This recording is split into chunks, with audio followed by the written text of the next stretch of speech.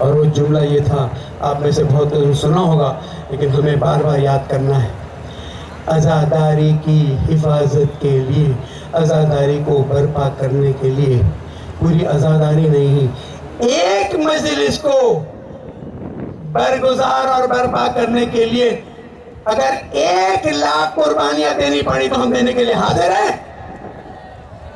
ہاں یا نہیں؟ بتائیں، حاضر ہیں؟ لبیک یا حسین، لبیک یا حسین، لبیک یا حسین۔ یہیں سے میں اعلان کرتا ہوں، قائد محترم، آپ جب جائیں جس وقت ہمیں بلائیں گے، ہم اپنی جان مال آبرو کا نذرانہ لے کر مادر حسین کی خاطر آپ کے حکم پر عزاداری کے تحفظ کے لیے اور زمباروں کے راستے کے لیے حاضر ہونے کے لیے تیار ہیں۔ والسلام علیکم ورحمۃ اللہ وبرکاتہ۔